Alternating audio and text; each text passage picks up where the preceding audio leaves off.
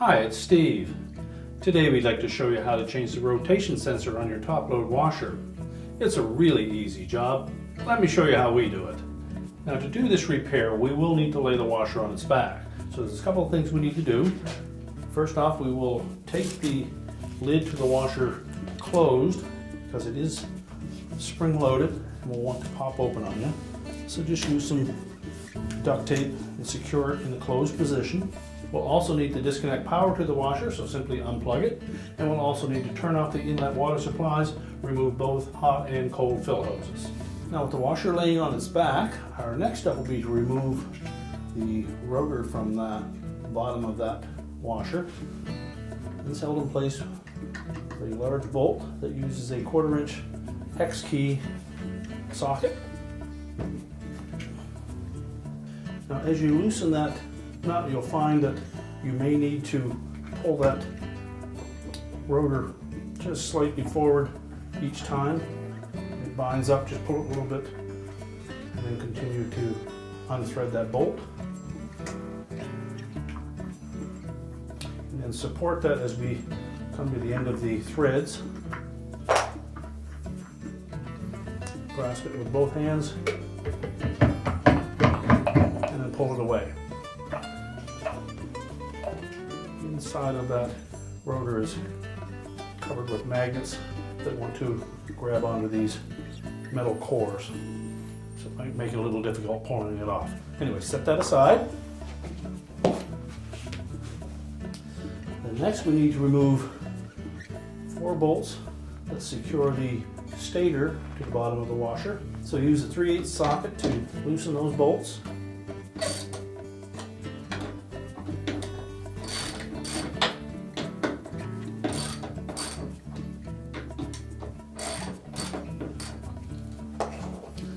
Once they're loose, you can use a 3/8 nut driver to remove them. Now next we'll release this wire harness from the base of the tub. There's some little arrowhead fasteners that sit down into the base of the tub. So loosen all 3 of those and remove them. Now once we've removed all 3 of those, our next step will be to just depress the little arrowhead fastener on this one and push it through that housing.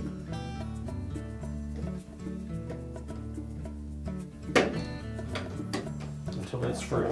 Our next step will be to carefully remove that stator from the bottom of the tub.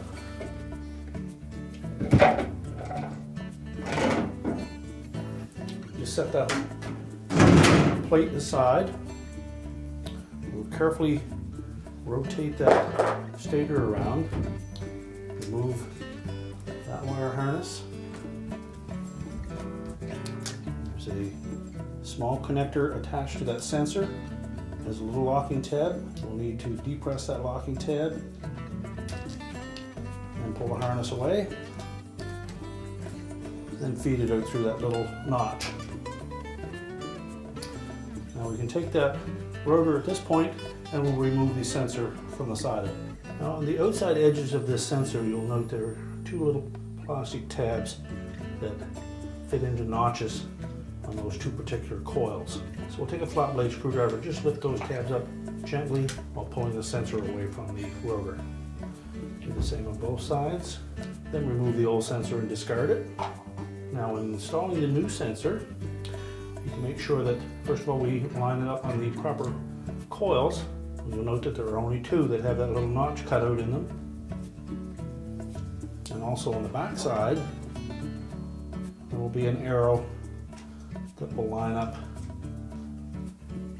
with an arrow on the sensor. So press that down and tight up against the circumference of that rotor.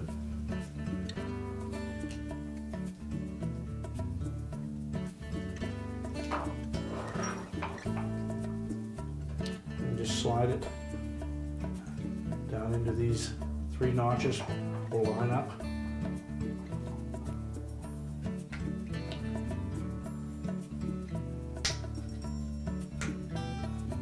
They should bottom out on the little notches on the side of those coils, and your 2 tabs will lock into place. Now we're ready to reinstall that rotor assembly. First thing we're going to do is to install this wire harness on the bottom side of it. You'll note that it's color coded, red, blue, yellow, to match the wires on that harness connector.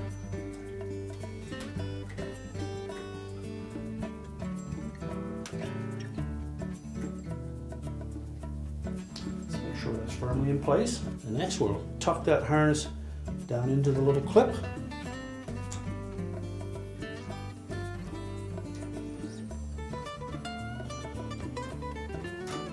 That'll keep the harness on the inside of that one post. We'll reconnect the small harness connector, making sure that the locking tab engages. Now next we'll put that protective plate in place.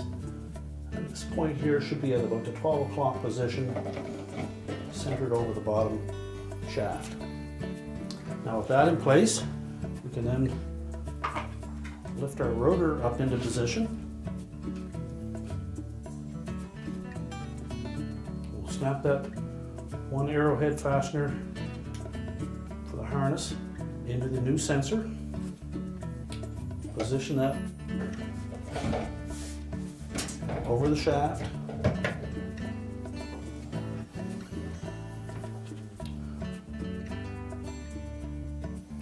You may wish to have somebody hold that in place. Now the retaining cover dropped off. While removing that, you'll need to reinstall that. You'll note that there is a notch with a little indentation on that metal plate. It's going to line up with the tab on that rotor. So set that into position, and then we'll reinstall the mounting screws. Just put them in loose at first to make sure that we don't bind that rotor. And then we'll tighten it with our socket.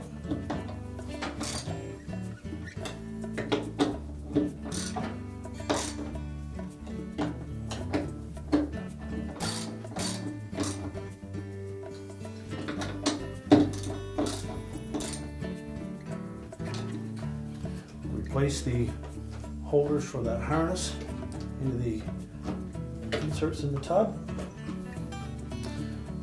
And now we're ready to set the rotor back on top of that stator. The inside of that rotor has a splined portion on it that will line up with the spline on that drive shaft.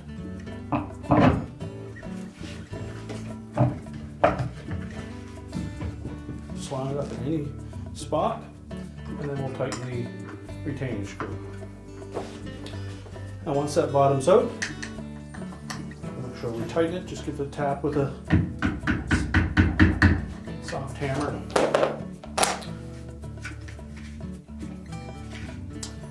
And now we're ready to stand the washer back up. Now with the washer back in place, we're ready to reconnect our fill hoses, turn on the water, reconnect the power, and your repair is complete.